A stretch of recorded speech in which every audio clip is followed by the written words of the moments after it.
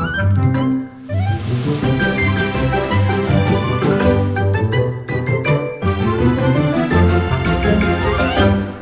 to the Disneyland with Kids podcast, where we help you plan your vacation in 30 minutes or less. Wondering what is currently open at Disneyland Resort? What special procedures are in place? Be sure to join our email list to stay up to date on all the changes. Join now at DisneylandWithKids.info. On this episode of the Disneyland with Kids podcast, we are talking about some of the best and meh foods at Disneyland Resort.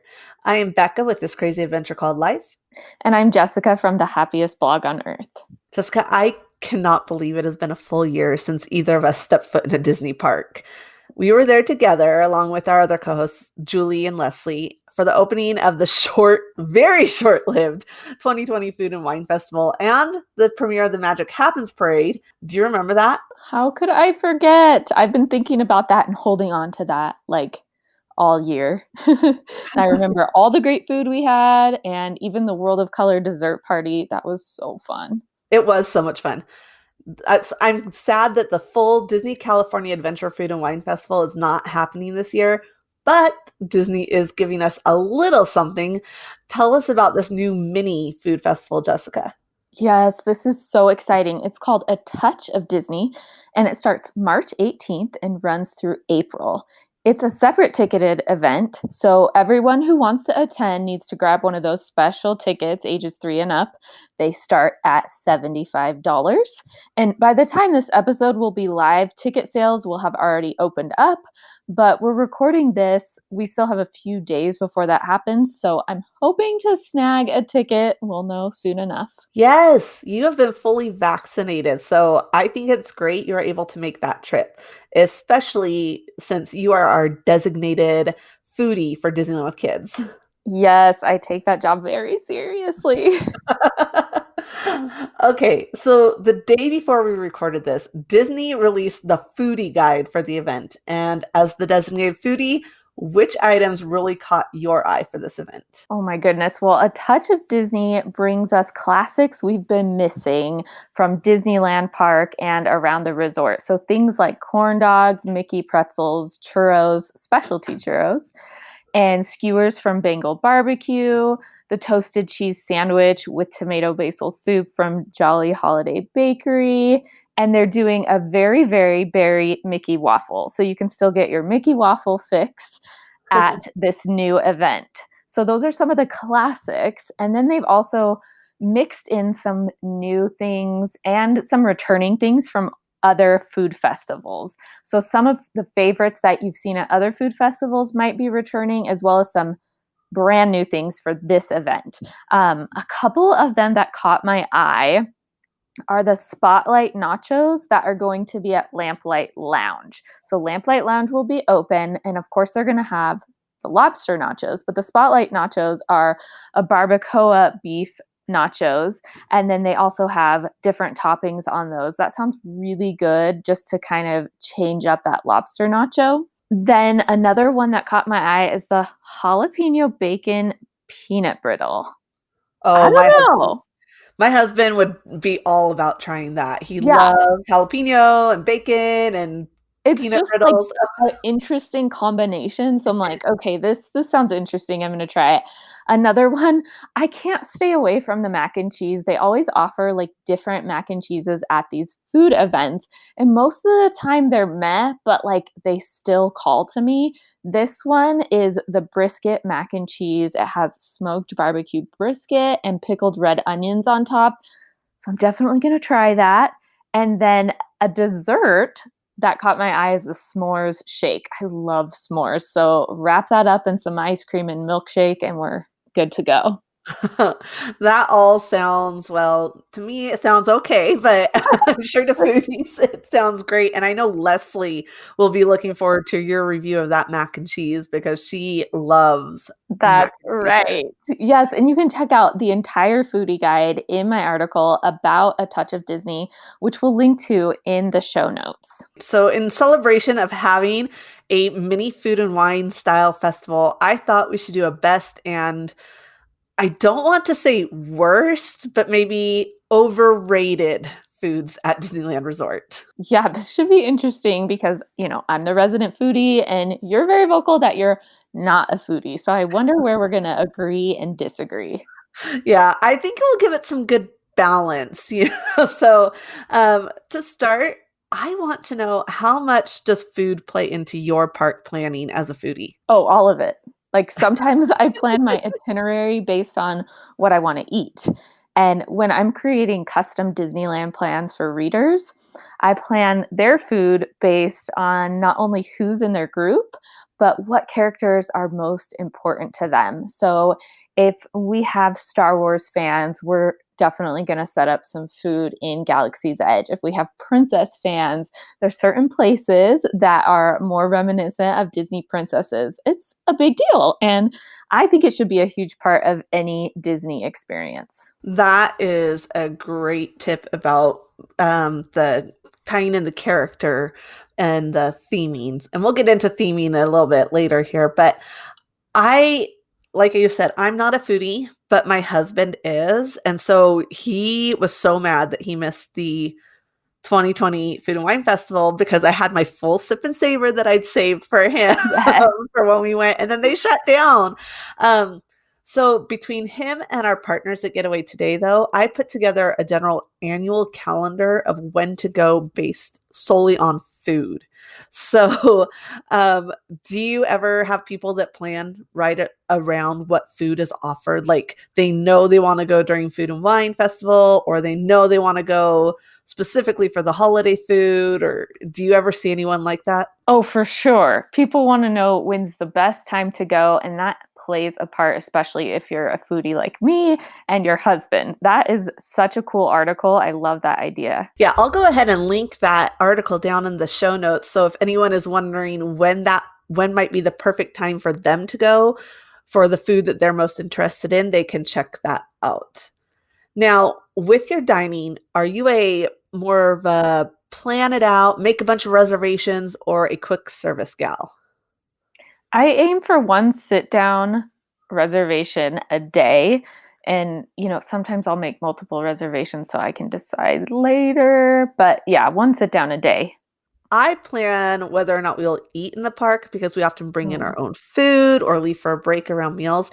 But I usually only reserve one meal per trip, except for when I'm there for work and meeting up with people. Then I end up booking tons of reservations. And I think it's because you're in charge of half of our dining. Right. Yes. So I do one sit down a day and you do one sit down like for your whole trip. So that's definitely different. Yeah. That's one of the great things about Disneyland is they really cater to a wide variety of people. Some theme parks don't even allow you to bring outside food, and I love that Disneyland allows guests to bring in food, whether it's to save money or because, your kids are picky, dietary restrictions, whatever. Speaking of dietary restrictions, Disney is really great with those. I know so many people that have some very extreme dietary restrictions and needs, and they always have the best time at Disney. They know that Disney can help them with those things. One of the most common, of course, is people needing to eat gluten-free, and we'll link to my article about gluten-free eating at Disneyland in the show notes. Yeah, that's a big one for people. And I've heard over and over again that Disney is the best at taking care of people with special dietary needs. So, if people are trying to narrow down their dining choices, whether it is due to trying to save money or just not having the time to eat everything they wish they could, what is one tip you would give them? Well, you'll never have the time to eat everything, but make things that sound delicious to you a priority. So, if you love like snacks and desserts, I love sampling lots of them and sharing them with my family. So, instead of everyone getting a churro, we'll get one or two, split it up, and then head like to the next little food cart and get some more things. That would be more on the eat as much as you can side rather than saving money. But when my kids were younger and money was tighter, we would also bring a ton of snacks. That's still really helpful for money and time saving because you're not taking a break every minute someone's hungry. We just grab it out of our backpack and munch on it in line. Yeah, I also have an article about taking food into Disney, including some tips to make sure like there are some things you're not allowed to take into Disney. So I will link that as well in the show notes. But I have 2 tips. I'm cheating. I'm giving 2. Bring it. The first one is look over the menus in the Disneyland app. And we have a full episode about the Disneyland app, but um, yeah, look over the menus in there and kind of get a feel for what foods you want, and that will help you decide where you want to eat. But the second tip, gotta plug the group. Go into the Disneyland with Kids group on Facebook and ask people what are your favorite places to eat at? What have you been disappointed with? What would you skip? And you will get a lot of answers that aren't just from the Disneyland obsessed like us. Well, let's get to the beef of this episode. You see what I did there? Beef, yeah. Okay. First, I want to know if you could only choose one sit-down table service meal in each park, what would you choose? Oh, this will likely change on like what day you ask me. But today I'm going to go with a family favorite, and it's actually River Belle Terrace at Disneyland. Our whole family loves it, and we can generally split entrees there. And it's a beautiful place to watch Disneyland kind of go by outside. And then I will say a Lamplight Lounge at California Adventure. That's a family favorite as well. Those are both great. I think I would agree with you on Lamplight Lounge for sure. And I love River Belle Terrace, and probably along with you, it would depend on the day you ask me. But today I am thinking of Carnation Cafe because it was one of the places we ate on our last trip. And do you remember what happened there? We had a great big chocolate cake for breakfast. Yes, we did. Oh, well, we didn't end up eating it because we'd forgotten we had ordered it when we made our reservation. Specialty order. So you order those ones in advance. Yeah. So if you happen to make a reservation somewhere and make a specialty order, be sure to remember that you ordered a Mickey cake for your breakfast. Yeah. And if not, a great tip that we learned that day, depending on the temperature it is outside, if you get a large locker, your Mickey cake will fit in there sideways. You can make it work. Yes. They will gladly give you a box. Okay, and what is a table service meal anywhere at the resort that you did once and then decided that was enough and you didn't need to go there again? Okay, so I do go there again because other people that I'm with like this, but I'm gonna say Cafe Orleans. One of the reasons is I've sat indoors there 2 or 3 times and outdoors a couple times, but just don't sit indoors at Cafe Orleans. Like, one of the best things about it is the outdoors, and you can request to sit outside, and sometimes it might mean that you will wait a little bit longer for your table.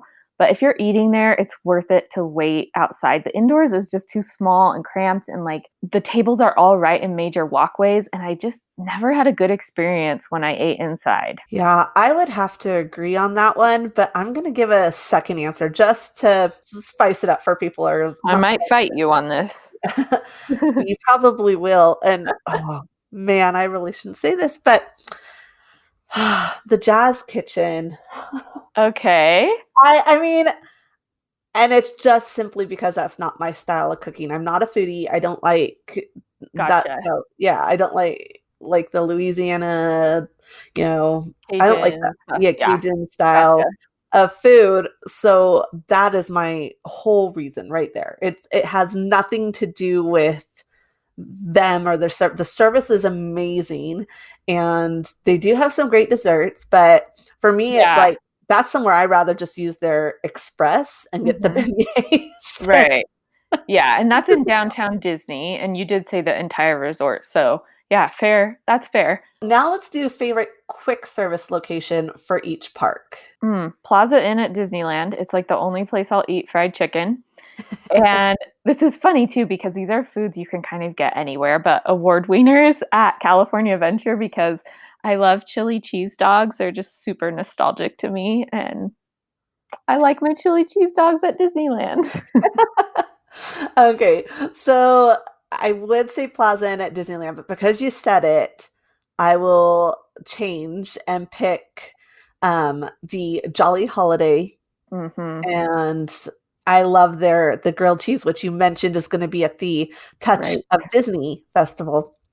And then over in California Adventures, for me, it's the Smoke Jumpers Grill. Yes. Love it. I love that one. What is one that you really never eat at? Okay, so this is so sad because I love Mexican food, but I feel like maybe just I eat Mexican food so much that I don't think about it in the parks too much. I've never eaten at Cocina Cucamonga at Pacific Wharf in California Adventure. Never eaten there. And I hear that it's better than Rancho del Zocalo at Disneyland. So I really need to, but I don't know. Mexican food all day, every day when I'm outside the parks. At Disneyland, I've never eaten, and this goes kind of along with Jazz Kitchen. I've never eaten at Royal Street Veranda or French Market. And Becca, it's been a year since we've been in the parks. I legit had to look up what French Market was called. I could not remember, and that's right by Mint Julep Bar and Cafe Orleans, but quick service couldn't remember. Yeah, that's bad. Yeah, it's sad. Somebody let me back in so I can refresh my vocab. So for me, ooh, quick service that I just would pass on again Yeah.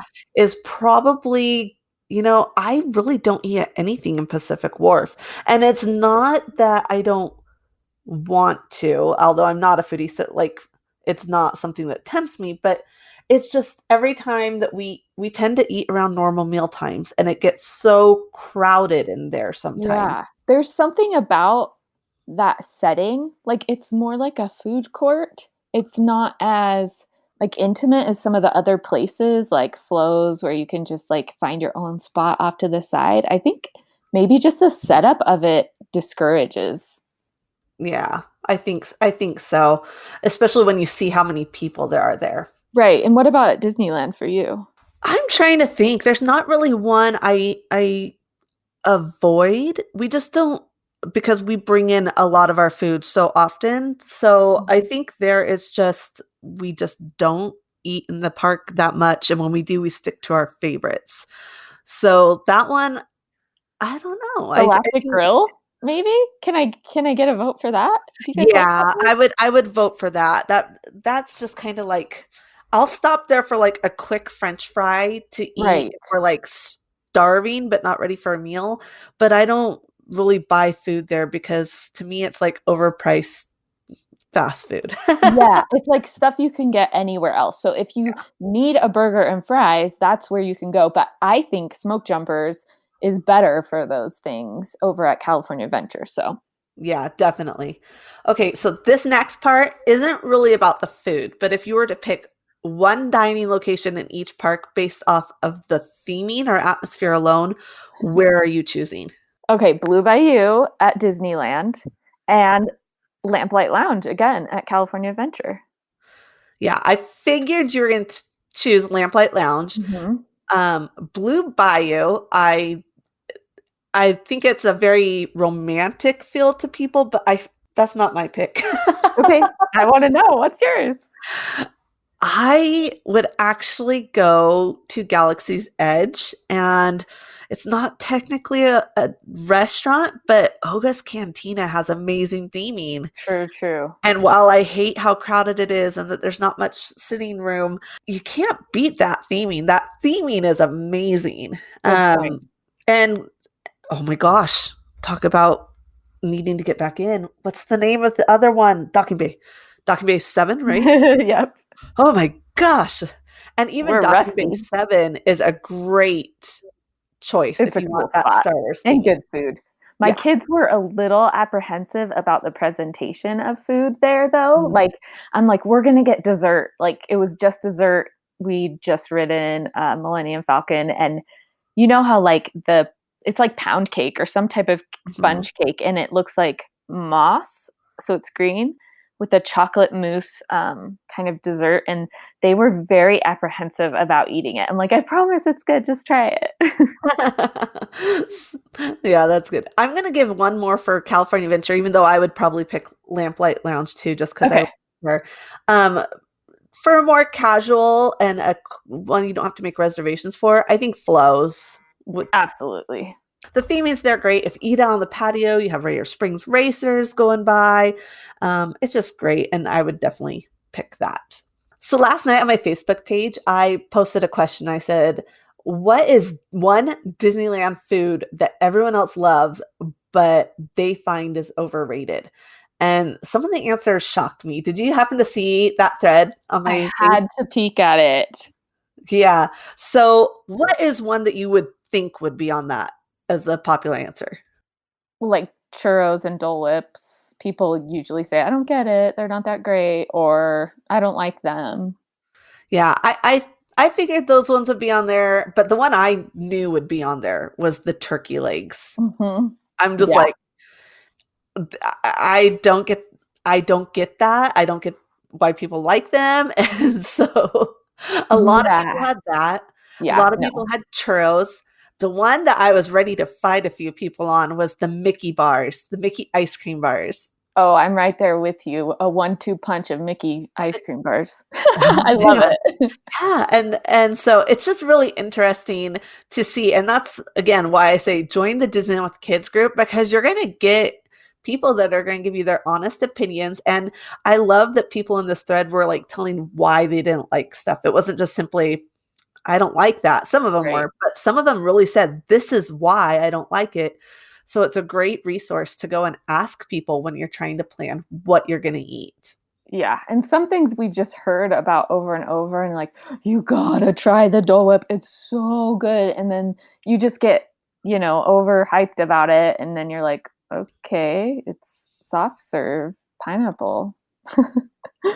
Yeah. So is there anything you would add to the answers that were on that thread? Oh, yeah, so I support the turkey leg. I've never tried it. I've watched my husband dig into it, but I'm like, no, thank you." And you guys, some people are gonna come after me, but I do not like the Monte Cristo.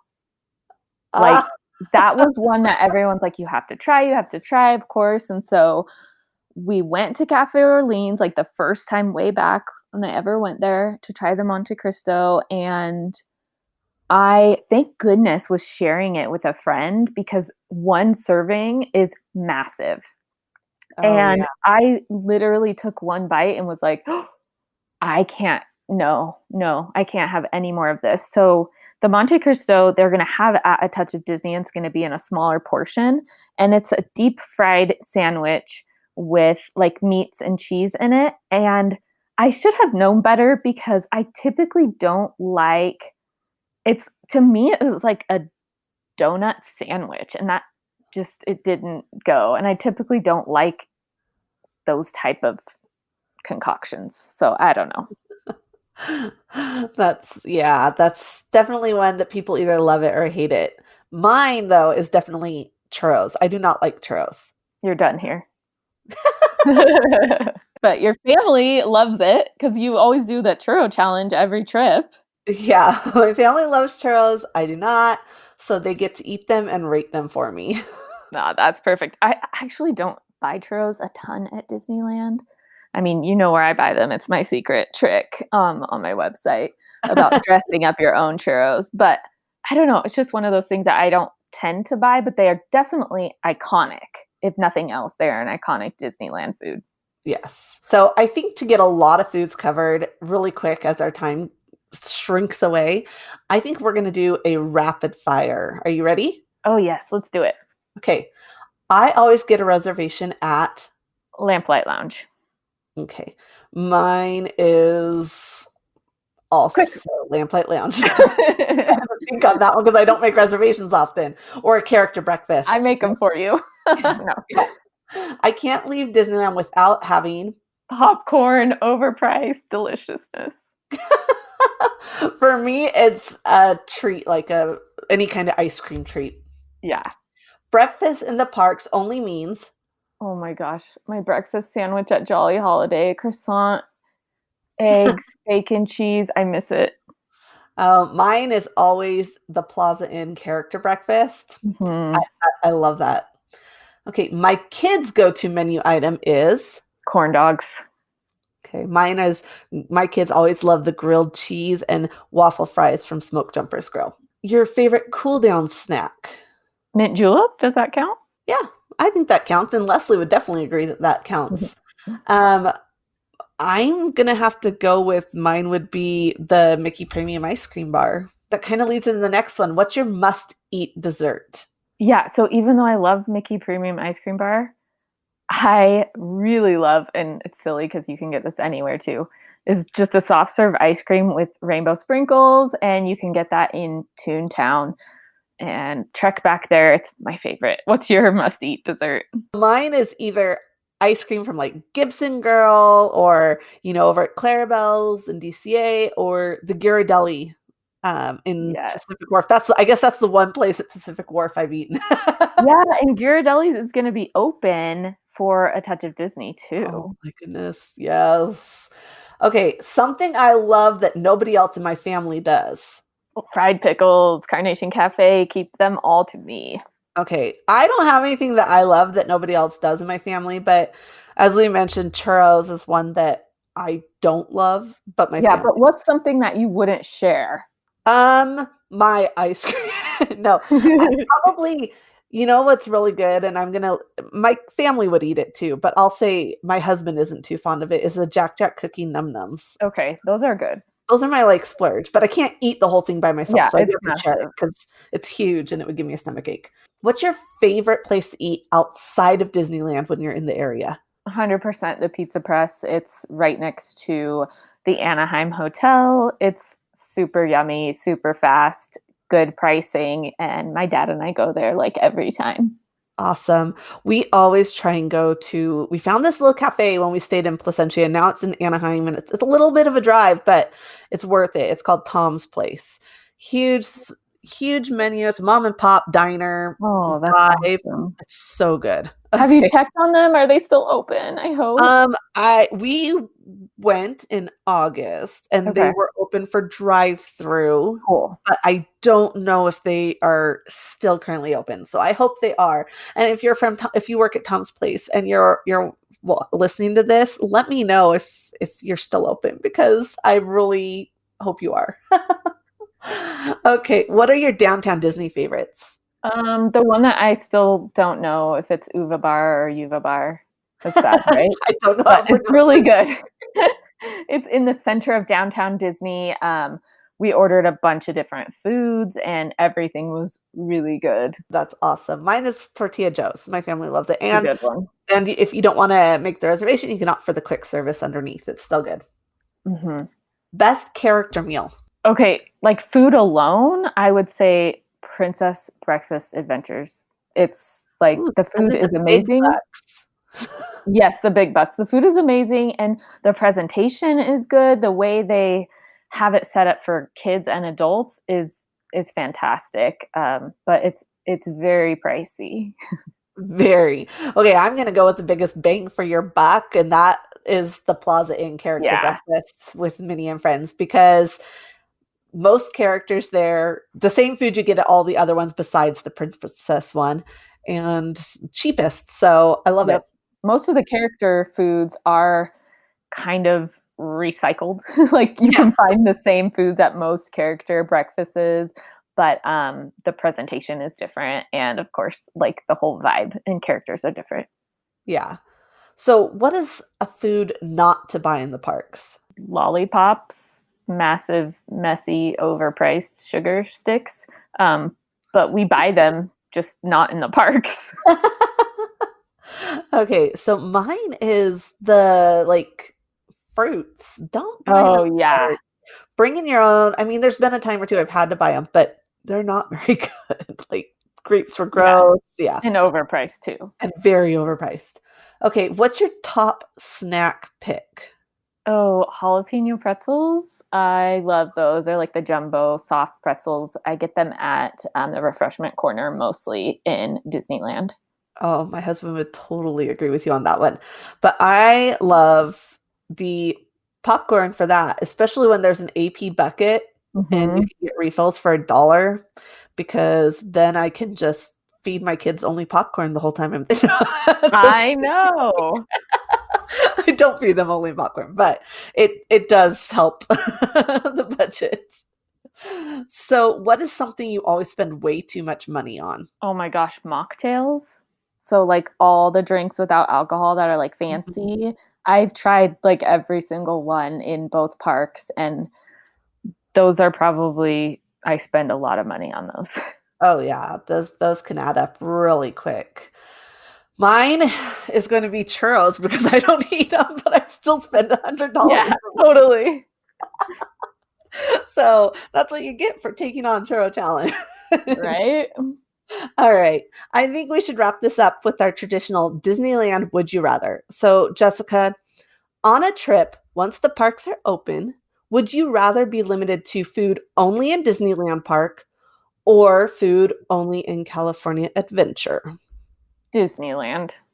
If there's a food festival at California Adventure, then I would be doing California Adventure. But I would say Disneyland for variety of not only food, but locations and like just it's just such a different dynamic. Oh, now see, I was totally on the California Adventure side, Yeah? whether or not there was a food festival, but you really got me thinking about that. If there wasn't a food festival, I would pick Disneyland too. But there's almost always a food I festival. know. I So know. I'm gonna go with California Adventure. Plus it has, Smoke Jumper's Grill, which my family loves. So we'll stick with that one and we'll say California Adventure. You have been listening to Jessica and Becca discuss the best and not the best food at Disneyland Resort. Enjoyed the podcast? Be sure to hit subscribe and we will see you real soon.